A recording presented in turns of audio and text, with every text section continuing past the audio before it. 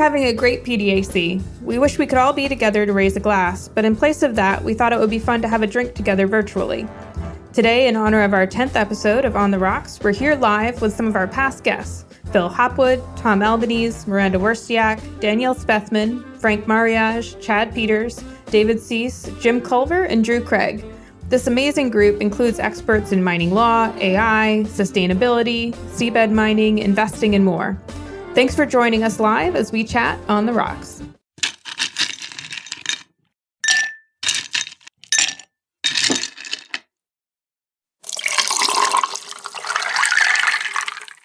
Thanks, everybody, for joining us for what we're thinking of as the first PDAC 2021 cocktail party, since we're all taking presentations from our offices. First, I wanted to thank all of our special guests we have joining us today. First off, Nick LePen, who writes The Nugget for Prospector, also with Visual Capitalist. He's going to be co-hosting with me tonight to just keep it a little fun. And then so far on our guest list, we have almost every single guest that we've had on for On the Rocks this season. So if you haven't listened yet, you can find On the Rocks on any of the podcast apps, Spotify, Apple Podcasts. You can listen to our episodes with each of these wonderful guests. We've got Chad Peters, Danielle Spethman, Drew Craig, Frank Mariage, Jim Culver, Miranda Werstiak, Phil Hopwood, and Tom Albanese. So thank you guys all for joining us on a Wednesday night of PDAC. And let's start off with a cheers. Cheers. Cheers. Let's drink it over the Zoom. So how's everybody? First off, who is doing PDAC this year? Everybody? I am. I'm tired. Yeah. It's virtual. Yeah, agreed. I've done a few bits, but I got to tell you, I mean, the whole word of PDAC is not PDAC, isn't it? It's the PDAC. It's all the meetings you have all around it.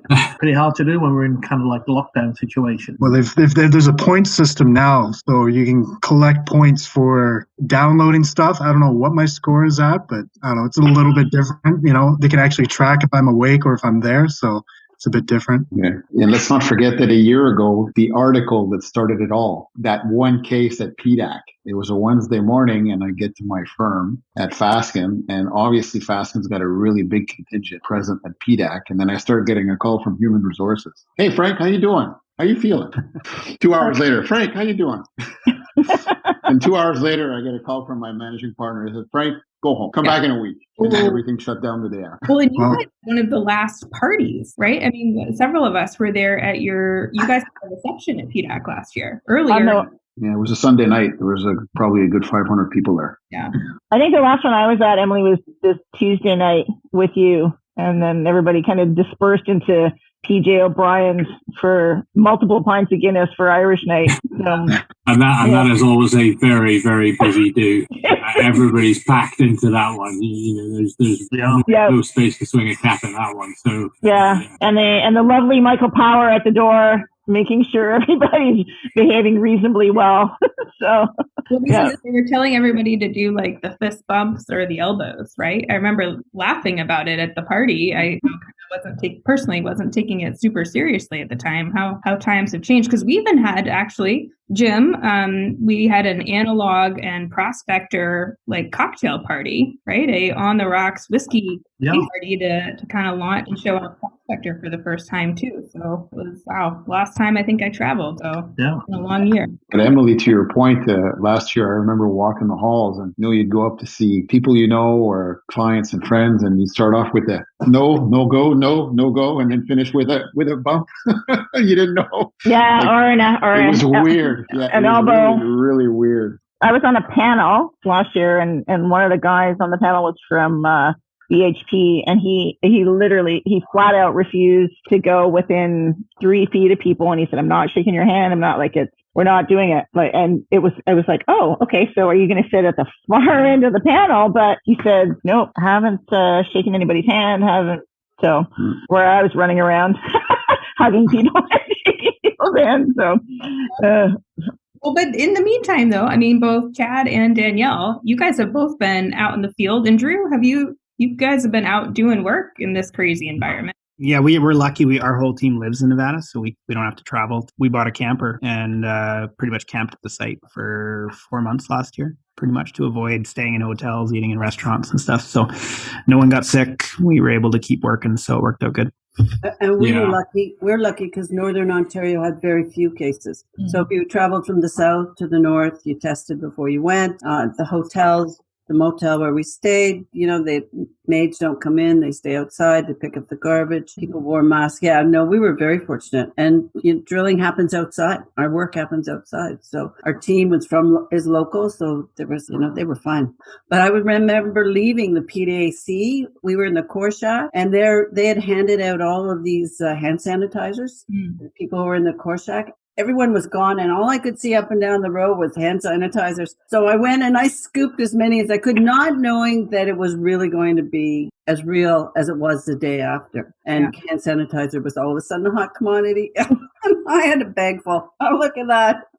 But anyway, it's incredible that the year's gone by so quickly. I think we're starting to see some sort of suggestions that things are potentially going to open up again. So, I made it out to Zambia back in October last year for the 10 days and covered a lot of ground in the country. And they were pretty relaxed about things. We washed our hands, used a hand sanitizer. We were on big planes, little planes, in the back of a truck, in planes, trains, and automobiles type thing. And interesting, I had to get the test to get out of the country, even before getting back to the UK and then filling in all the paperwork and stuff. So I think we're headed in the right direction. I think for isolated groups that can just get in an RV and crack on and do their own thing, if he happens to be on home ground, so to speak, I think work will still progress. And let's face it, there's plenty of expats out in various countries around the world who are already there at varying rates of success with the vaccination program. But this is the new normal. This is something we're going to have to deal with for at least the next couple of years. But at the same time,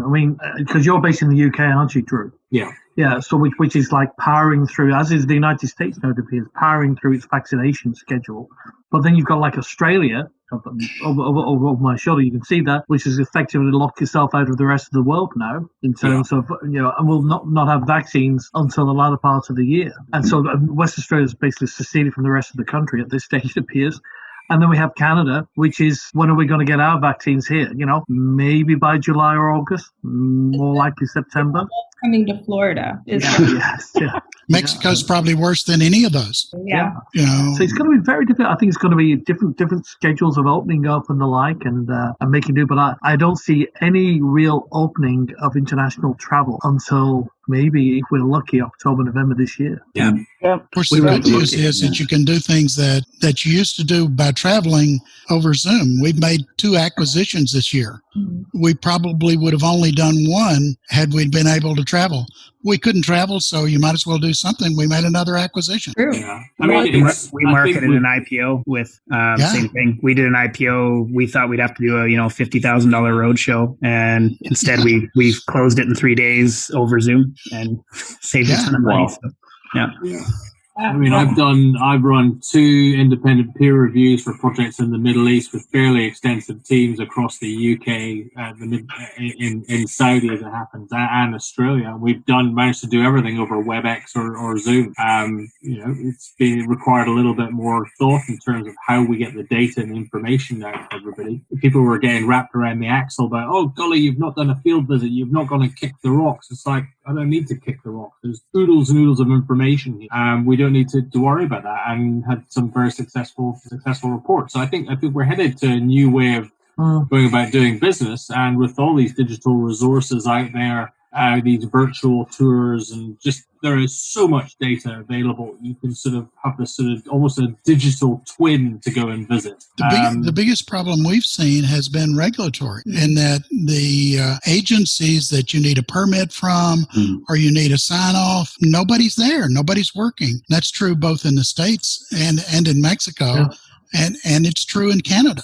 Yeah, just right? Yeah, look, I think we're making it all work, but boy, it's good to get together with teams every once in a while, because you get a room full of engineers that aren't in the same room. At the end of that Zoom meeting, they sort of go off in different directions. So it's harder to keep people aligned when they're thousands of miles apart. Yeah. So, to be fair, a room full of engineers is problematic. on any given day. Yeah, we've actually managed to do due diligence on 2 projects one in Mexico, one in South America, by just utilizing teams on the ground. And it's actually worked very, very efficiently and smoothly. Just COVID protocols on site, 2 days and done. A couple of, geologists, an engineer, and a metallurgist. I'm actually amazed how smoothly those visits happen. And it's all being coordinated from Toronto and London. And my CEO's in Paris. So we've just had to adapt. The team's not the biggest fan of Zoom meetings, but we're actually getting things done remarkably. But it is right. You're right, Tom. It'd be nice to get on a plane and go to Paris for our monthly team meetings. And so, I think he's very keen on that as well. Like, he wants his team together, sitting in a room, talking about ideas and opportunities. Yeah, I think organizations will evolve with this, and they'll learn, but there'll be probably less travel, but there'll be still need to get people together from time to time. Yeah. Anita, she wrote in. She fully agrees with everybody what they're saying. She says we've been able to get a lot done. She's, they've been super busy this year, but it somehow doesn't feel real, right? Mm-hmm. Like, a lot done, but you don't have the excitement. Yeah, but we're all coping with it, right? We're saying, it's temporary. We'll get back to new normal.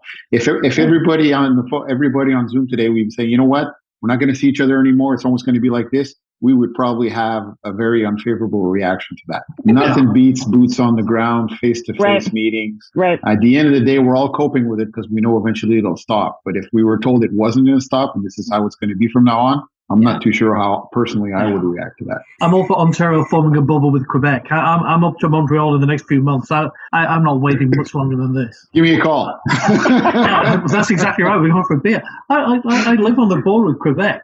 Anyway. Well, I can tell you, I had a great feeling the other day. My 80-year-old parents got vaccinated, so I was very happy. Yeah, my mom got vaccinated in Florida too last week. In Florida? Awesome. I'm probably the only one on the call that's had both of their shots. So wow. I'm getting my second next week as it happens. Yeah, I've had my first. I'm getting my second next week. Wow. Yeah. Okay. But I think we are going to see these efficiencies. I think there is going to be a new way of doing business that can be much quicker, and that saves money. That's more money that, quite frankly, going into the ground if you're early stage exploration. Yeah.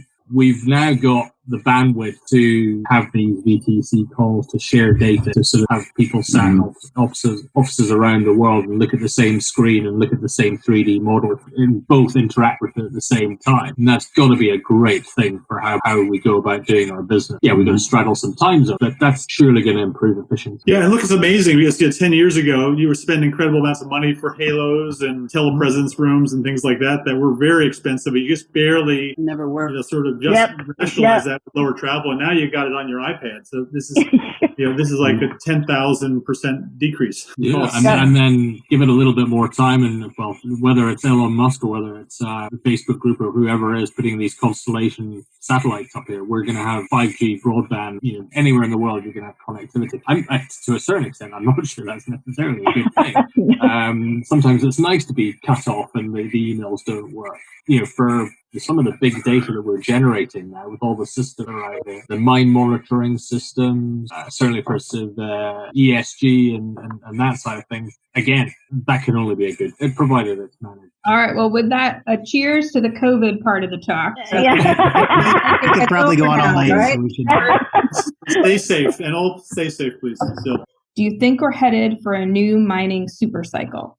No, for sure. So look, I remember getting asked that question back in 2009, 2010. Exactly. And I just want to say that at the time, I was actually saying, I don't think this is a super cycle. This is a secular shift. And I think we're still on that same secular shift. And this is the 2 to 4 billion people that actually want to live like Americans, Europeans, Japanese, and everyone else. And they're just consuming more. And what we have now is sort of a turbo boost in that secular shift with this EV conversion. And I think we're going to see, even for the mining sector, because of ESG and everything, it's going to be harder to get new supply out. So, it looks really good, but I think this is just that continuation of the trend that's with us for 20 years. We're going to have highs and lows, and, highs will be higher, the lows will be lower, but, it looks pretty good from the fundamentals. Yeah, I don't think it's going to be as speculation driven as like the last one, kind of the last down cycle. Like, what about SPAC? Yeah. Can you hear me? Or? Yeah. No, I'm saying, what about SPACs? They're pretty speculative. I mean, this is this has got sort of hyper speculation coming, just starting. I mean, a year from now, this is going to be frothy. Have you seen anybody in the mining sector using a SPAC? You're seeing them come through, yes, yeah. There's a couple. There's been a couple, yeah. There was one just launched the other day. They've raised $300 million, and they're going after at least a big project in West Africa. They've filed the listing, and it's ready to go. It's run by the former head of some platinum mine in South Africa, so that's the first one I've seen. And then there's also Deep Green as well. Yeah. They're going to be going through a SPAC as well. So Nick, real quick, can you explain for those listening to the podcast who may not know what a SPAC is? Can you explain that? I briefly can. I'm not no expert at it. I just kind of briefly reviewed it. It's just like a short circuit way to listing. It was used to use, it was kind of a technique or a way to list something super speculative or dodgy in the past. But apparently some people have figured out that it's a very convenient vehicle. Now it's just a kind of a particular type of listing, very low requirements in terms of disclosure. I'm still kind of learning about them, but it's just an easier way to list. It's almost like the venture exchange capital pool program where you can kind of... Yeah. It's like I have a great idea, and soon enough I'll tell you what's going to happen with all that money. Anything with these at Fasken? Are you seeing this on the legal side? Yeah, well, obviously, to Nick's comment, you think about the CPC program, right? Because, I mean, a bunch of juniors have listed that way. It's still a burdensome program because when you get your acquisition, you still have to disclose it, and you've got a lot of requirements. So it's not a walk in the park, and we're starting to do SPACs was more common in the US. Toronto on the TSX didn't really take off when it was launched, but we're seeing more of those this year, and I think we're actually doing right now, I think 2 of them.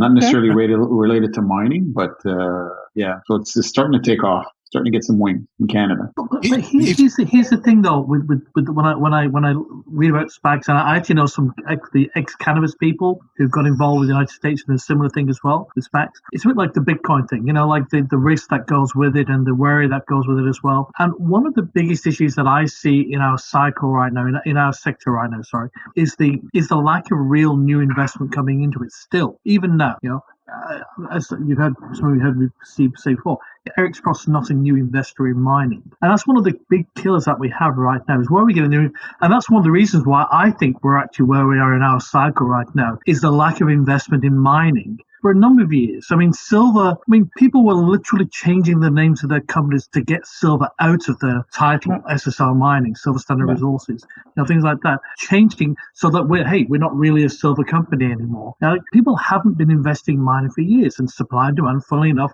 that's where we are with copper, for example, right? And if there's one thing that's going to scare away investors, if they see mining SPACs and people getting into funky new investment vehicles for mining, and some of those will go sour, it'll scare people off as well. On the panel recently, we were talking ESG, I pray for the day when we have more professionalism in this sector, just in general. Not at the big side. That's fine, but especially in the junior sector, where all those speculative investors are, all the day traders are, and all the rest. It's like it still is the Wild West, and we will never get the levels of investment that we need in this sector until people can see that they can make money, and it will be. It's not just that speculative. They can make money with a reasonable amount of returns on a regular basis. If we can do that, then we've got people in. But there are companies that do use the kind of junior model to build and develop companies. Like it's a model that Ross Beatty has used very effectively. Like even Rui Feng with Silvercorp as well, and even more recently with Richard Werke and Arizona Silver, and also with Solaris Resources. It's an effective vehicle to raise capital, put an asset in, and if it's a legitimate asset, they're doing the legwork that you did all this work before you list it. 3 years you list it, it just shines amongst everything else. So there are rays of hope in the space, and there are people that are professionals, and it is an effective model for raising capital and making a lot of money to kind of for these projects. It just takes people a lot of the geological legwork and social legwork before to kind of put these assets together. So I agree with what you're saying, Mr. Hopwood, and for sure. It's funny because let's not forget, I'll give you an example in my jurisdiction, Quebec, right? Before the Éléonore deposit was sold to Goldcorp for $500 million without a resource calculation. I'd like to see that again today. But before that was sold, don't forget, Noranda was up there in the 70s looking for copper and whatever on that. And it's only in the 90s that they started to find some gold interesting gold showings. And they found the deposit 10 years later. So we're talking. So Phil, I mean, to your point, I mean, it's not like it is speculative. It's almost like finding a needle in a haystack, and it's R&D. And I'm pretty sure that if you look at any sophisticated mining jurisdiction, exploration dollars will plummet when there's a bear market, and because I'll give you an example again in Quebec. We've shown like over a decade, exploration spiked in 2010, 2011. And then when everything went to the dumps, the exploration just went way down. The only thing that stayed consistent was the exploration dollars spent by the majors. So it's really the juniors that bring the exploration dollars to the table. And so we have to make that model sustainable, because if we don't have that, we don't have discovery. Anyway, that's my opinion. Yeah. Well, I think though that in many ways the discoverers have to start finding something too. We have had a long period of time where we haven't really had these world-class ore deposits, and we need to find some world-class ore deposits. Yeah, but you need money to do that, and the last 10 years there hasn't been a lot of money around. Yeah, so now it's just come in. So Tom, do you think that there's a shortage of the world-class deposits, or we just haven't spent the money and time to find them? I think it's a little of both. I think geologically they're there, but we haven't spent the money to find them. But second, I think that a lot of these ESG issues are going to mean the license to operate is harder to get. And in some areas you're not going to be able to explore that you might have 10 years ago. So I think it's going to be a combination of the two. That's why Drew and I are going to be leading everybody back into Afghanistan in a few years. Right? Well, we'll see. Yes, that $1 trillion is still going a begging. But it's one of the fundamental issues here that we as a industry as a whole have just completely dropped the ball in terms of how we communicate to the masses. And by the masses, I mean the Generation X and so on and so forth. The investors that we should be tapping into, we are still perceived as being this mucky beast, this earth-chewing behemoth that is destroying everything. And yet the irony is, as we discussed before, Emily, was you want your copper, you want your lithium batteries, all the rest of it, you gotta dig it up. Yeah. And it just needs that penny to drop on some of these, and I'll be frank and candid, some of the sort of woke younger generation who have plenty of money to burn, but they're throwing it into some of these other things, they're throwing it at Bitcoin or whatever else. I was staggered by that statistic that came out just the other day about the amount of energy that's being used to mine Bitcoin is equivalent to, I think, was it Mexico's power consumption? And it's something we've got to do collectively in the mining sector as a whole to redress the balance and actually really get on the front foot and say, look, yeah, green considerations, environmental considerations, social considerations, and so on and so forth. Yes, but if you want your tablet, if you want your wind farm, you've still got to go mine. So quite frankly, suck it up. Well, millennials to invest by showing 6 slides about your ore body. Like, I'm sorry, but well, and Emily, that speaks to communication.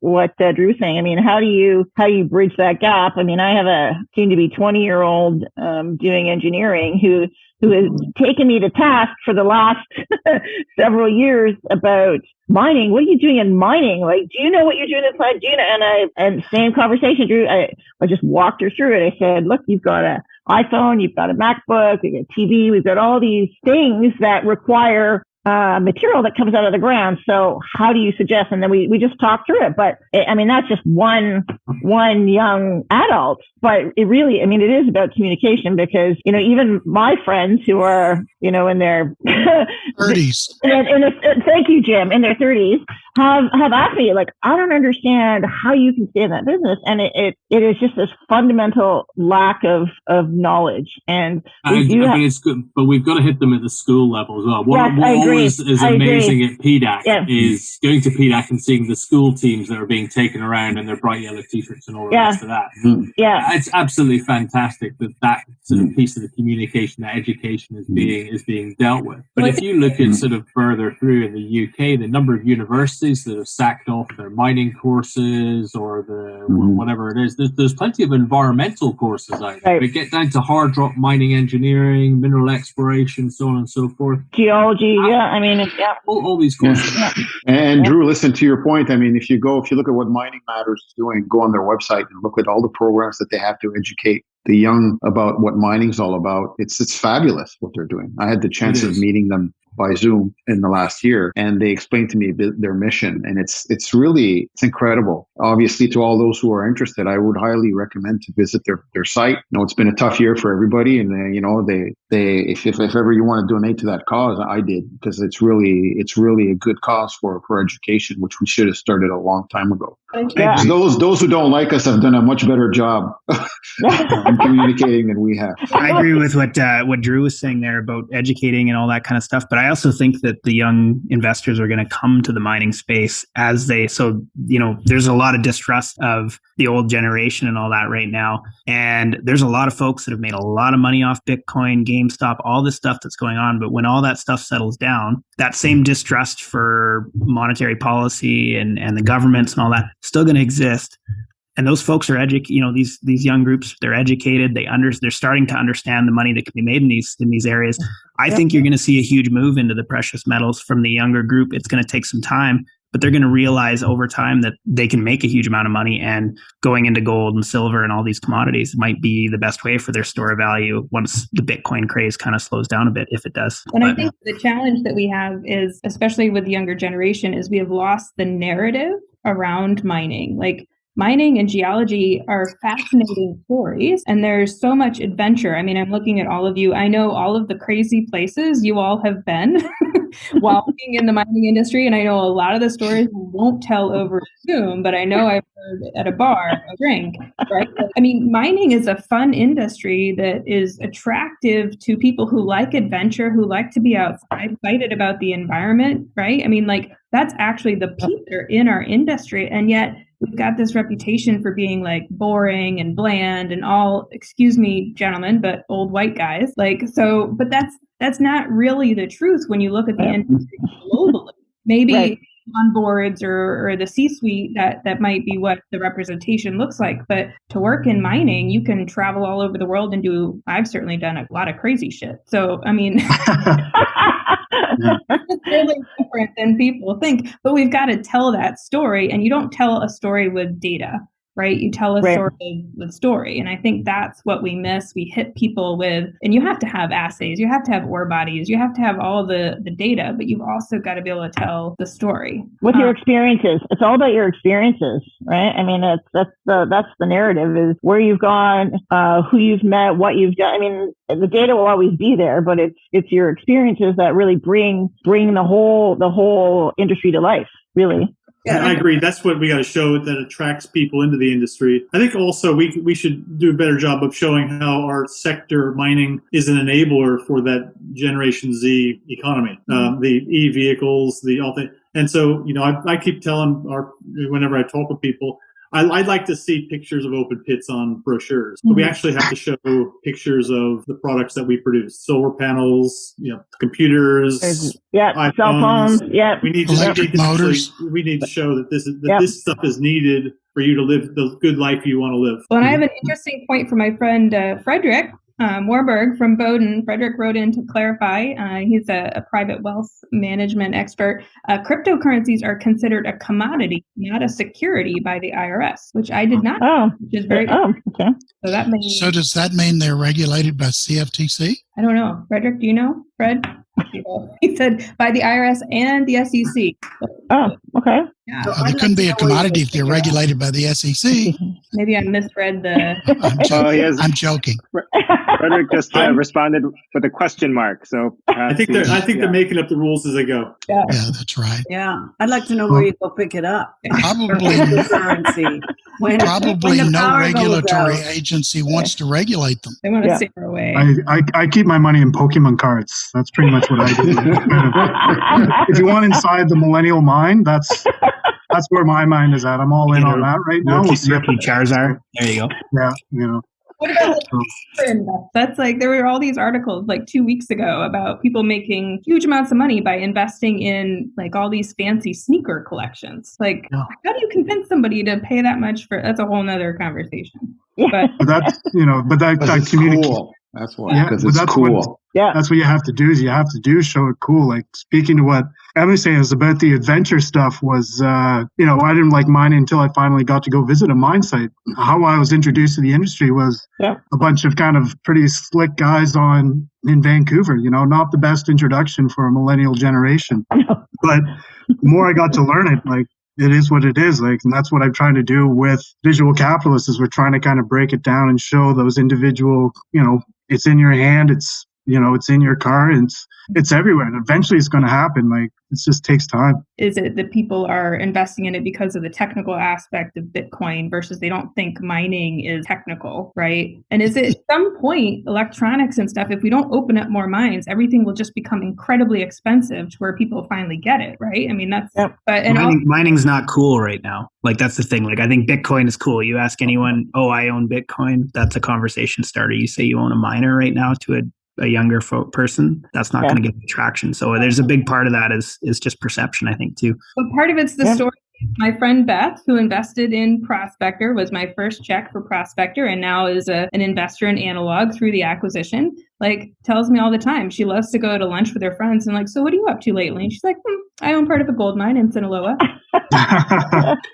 Like, I mean, part of it comes down, it's not cool, but it should be cool, but I've always been a nerd, so what do I know? I think it's cool, and like, I think that ownership aspect is definitely a part of it, and it's sometimes why I question whether some of these things should be even in the public market, is because too much of the dog and pony show happens before actually anything gets built. So it gets uncool before it's cool, kind of thing sometimes. Well, and that's maybe the other thing I always tell people that's different about mining is you can literally pick up the phone and call practically any TSX listed mining company and get to at least a VP, if not the CEO, right? Like, I mean, it's such a small world in a lot of ways that, like, if you want to really feel like you own part of a company by buying in, mining is one of the places where you can really do that. I mean, you really know your shareholders and people really get to know the management team. And I mean, I don't know, I think that's a differentiator that we don't focus on so much in the industry. That's because they're so desperate for investment. They'll take your phone call.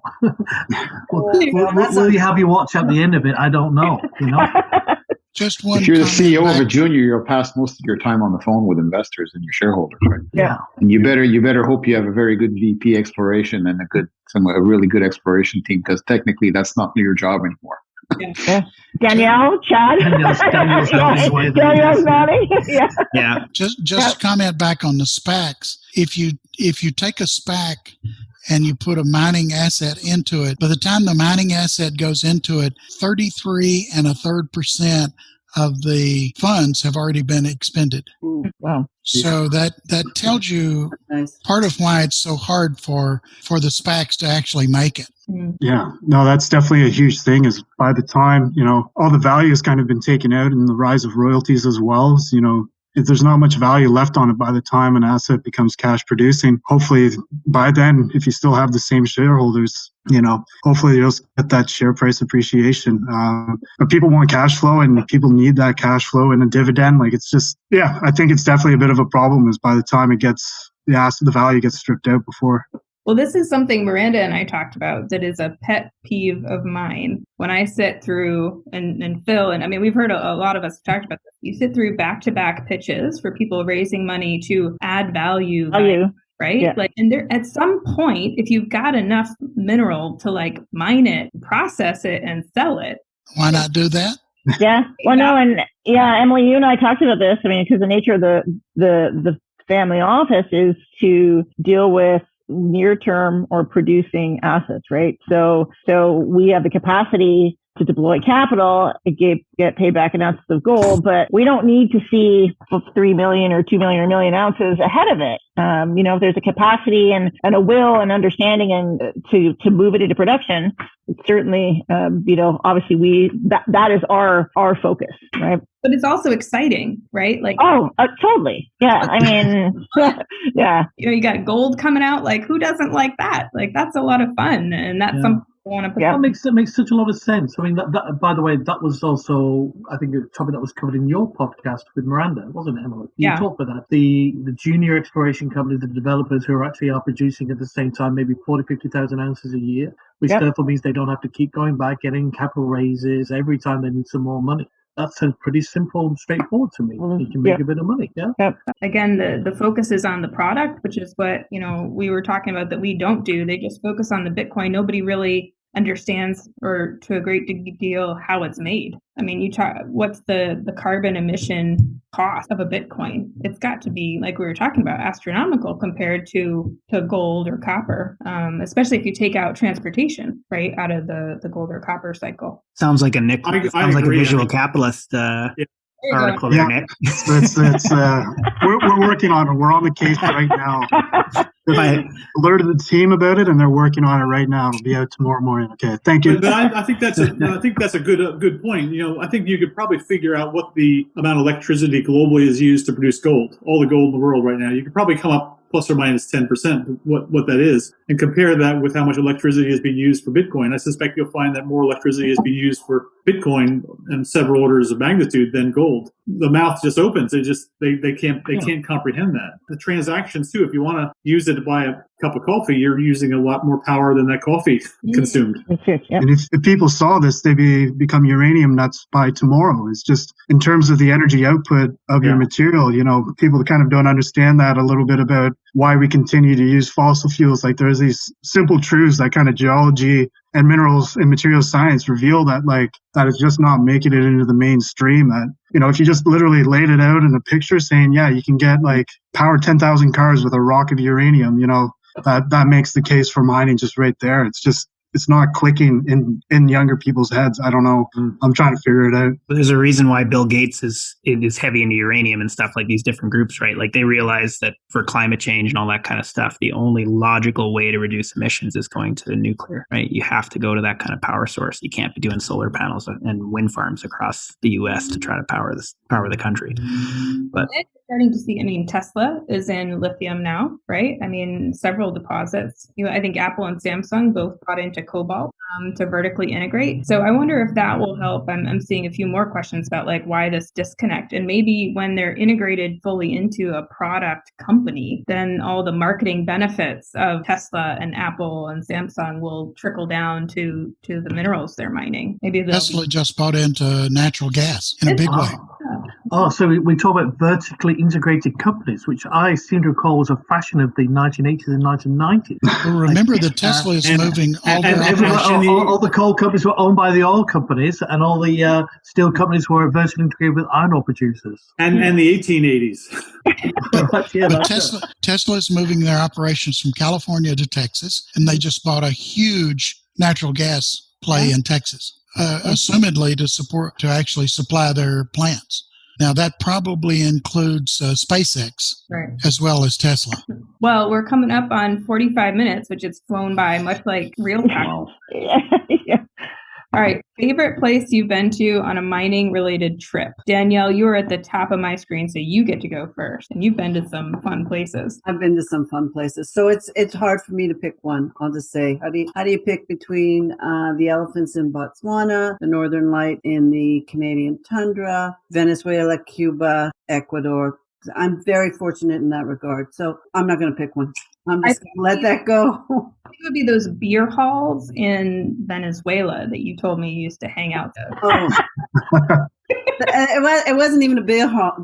It was a street corner, the Liquoria. I don't know if anybody got to Venezuela back in the day in the 90s. Well, you couldn't go into the beer hall because it was so loud. So all the foreigners stood on the street corners and they sold beer, polars, in tiny little cans. So to buy a round, you'd go into the Liquoria, 6 beers that cost 30 cents maybe, and you go out and you stand on the corner. And we had masses of expats standing on the corner complaining about how rough life was in Venezuela.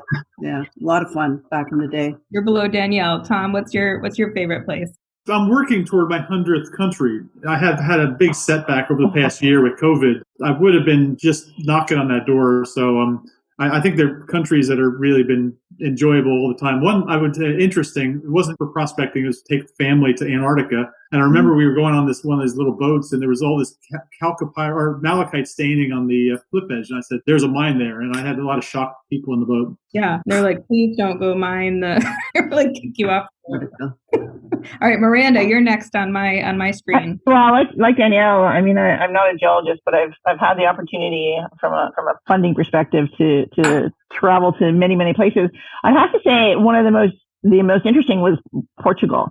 I had the opportunity to go into northeast Portugal to look at a high grade tungsten deposit. Part of the visit was to to take a look at an old past-producing mine where there was an old head frame and adits, and you could actually see carve-outs at surface where the Romans had actually pulled out material, like the way that they had used mercury to extract gold. It was absolutely fascinating. I mean, it was probably one of the last places on earth I ever expected to be looking at an opportunity, but it was fascinating. I mean, and it was literally the deposit, and there was obviously complexity because it was in a valley, and these horizontal beds of scheelite, but right beside a port winery. So there was a lot of discussion about what's going to happen when these guys actually, they're going to have to mobilize to expand the operation. It was a really interesting trip. Yeah. Yep. Now, Phil, over to you. You're next. Wow. I've been to some interesting bars over the years. I'll tell you what. One place though that I thought was the most fascinating. I'll give you an Australian story. I was once at a lead and zinc mine in a place called Cobar in country New South Wales. It's about 4 hours away from Broken Hill and in the middle of nowhere. But what was really interesting about it was sometimes in the Australian outback, when you get a lot of rain, the whole place kind of blooms and it becomes green. And it only lasts for like a while, and then the climate kind of goes back, and it goes back to the desert that it was beforehand. But to be there at a time when actually everything's green, and basically the snakes are kind of crossing the road, all life is kind of just, with that little bit of time, it's just absolute blooming. It was actually quite spectacular. And also, there's not many places in the world where, you kind of go and you turn on the sink in your bathroom and the cold water is hot because, and the gap under the door was like this big because, it's pretty straightforward there anyway. But that was a pretty good place. And the bar though was pretty good as well, I have to say. Always you gotta check in there. Yeah. All right. Yeah, it's cool. Drew, you are next on the scorecard. Oh, is that me? Greg, yep. Yeah. So I'm going to go back to what was really probably my first experience of exploration was in Yemen. This was in 2002 when it was relatively stable, let's say, pretty accessible, and I spent a fantastic 3 months working on a zinc oxide project. But this was a project that was thought to be pre-Islamic. There were ancient workings there. It was purported to be the Queen of Sheba's silver mine, and just steeped in history. The cultural side of things, working with the locals, the local military, a very interesting experience in more ways than one. Since there seems to be a bit of an alcohol theme through some of these stories as well, I'd homebrew an out-of-date Guinness from the Embassy Club to consume. But yeah, fantastic 3 months. Just what an experience. Amazing scenery, steeped in culture, and slightly bonkers as well. And that was great. I thoroughly enjoyed that, and that kind of set the precedent for a lot of the other locations I've been to since, I suppose. But there we go. So yeah, that's me. All right, Chad, your turn. This one wasn't my favorite at the time, but it's one of my more favorite stories now. So I was up in northern Canada, up in Nunavut, sleeping in a bush tent in a camp, and I woke up one morning to the tent completely pressed to my face. I thought, oh, it must have snowed, and I was pretty cozy, so I just stayed there beside the stove, laying there, and then the bear bell started going off. Suddenly the snowbank ran away and got off my tent, and turns out I'd been spooning with a grizzly bear. So that's probably my favorite now, not so much when it happened. That's good. Okay. Wow. Emily. I wasn't paid enough for that at the time. Over to you. Probably my favorite was a visit to the autonomous region of Nicaragua. This was after one of the big hurricanes, and I went in with a group that was trying to harvest the timber that had been knocked down by the hurricane in one of the autonomous regions. And the only way you could get there was to either take an old school bus, and it took 3 days to get there on the old school bus, or you went in by helicopter. The only people in that area were indigenous people who were living on the rivers. And I say they were indigenous. They actually a mixture of Caribbean and Hispanic, and they didn't speak either Spanish or English. They spoke one of those mixed up languages they'd made up themselves. But it was absolutely fascinating. The only way the people that were there got around was either by canoe or motorcycle. There were no trucks, no cars. you realize what a wilderness it was and how few people, and compared to the rest of the world, or even the rest of us, of Nicaragua for that matter. So that's one of my favorite trips. And is that when Jim used to have a coffee plantation in Nicaragua? Plantation is a misnomer. A coffee farm, yes. Maybe I still have it. Hard to tell these days, but the land is still there. I don't know whether anybody's expropriated it yet or not, but farm's still there. Coffee prices in real terms, are at historic lows. If you're paying $5 for your cup of coffee, realize that the poor coffee farmer lost money to sell that coffee to you. That's crazy. Yeah. We flew over a couple of the mining projects there in Nicaragua in getting to this timber project, by the way. There's been a lot of work in the mining area, but basically you have to get every project approved by the president. Oh, yeah. That's executive buy-in, Jim. Yep, that's right. He's the executive and you have to buy him in. Well, with that comment, over to Frank, the lawyer. Well, yeah, I when you first asked the question, I was thinking about it. And I remember this one day I was on a business trip in Gabon, and I had the chance to spend the day in an island which was a natural reserve off the coast of Libreville. It was such a memorable day because it was beautiful. But then I got thinking about, well, what was my most memorable moment? And it was 2014, World Cup, Brazil. I'm in Algeria on a business trip. I'm eating at a restaurant that's really got a view on the whole town and on the Bay of Algiers. Algeria is playing Russia in the quarterfinal, and they won that night. We could hear from the restaurant the whole town scream every time Algeria scored a goal. And then at the end of the game, the restaurant owner comes to us with the bill, goes, you guys better get going. It's going to get crazy. So we paid our bill, and we were staying at the same hotel, Emily, that we were staying at when we went in 2019. And I literally did not fall asleep before 5 o'clock in the morning because it was just so crazy in the streets. People were just celebrating so it was a memorable night just to live that moment in another country that was so proud of beating Russia in the World Cup. Well, what a great story to end on. So many fun adventures in the industry. And, if we were at PDAC, some of us might still be wandering through the streets at 4 a.m. ourselves. Of course we would. Yeah. The loose moose, right, everybody? Which, yeah. But, well, thank you all so much. It's cheers to everybody. Thanks again for joining us on the rocks over the last 2 months, and can't wait to see you guys all in person. Yeah. Cheers, guys. Thank you, Emily. Cheers, You everybody. bet. For organizing this. All the best. Take care, Thank you, everybody. Emily. Thanks, Al. Thank you to our many guests for joining us on this episode of On the Rocks. To learn more about all of our guests, please visit their On the Rocks podcast episode. For more about Prospector, go to prospectorportal.com or check us out on Instagram at ProspectorAI and LinkedIn at Prospector Portal. Thanks for joining us on The Rocks. Until next time, keep your glasses full and your ice cold. Cheers.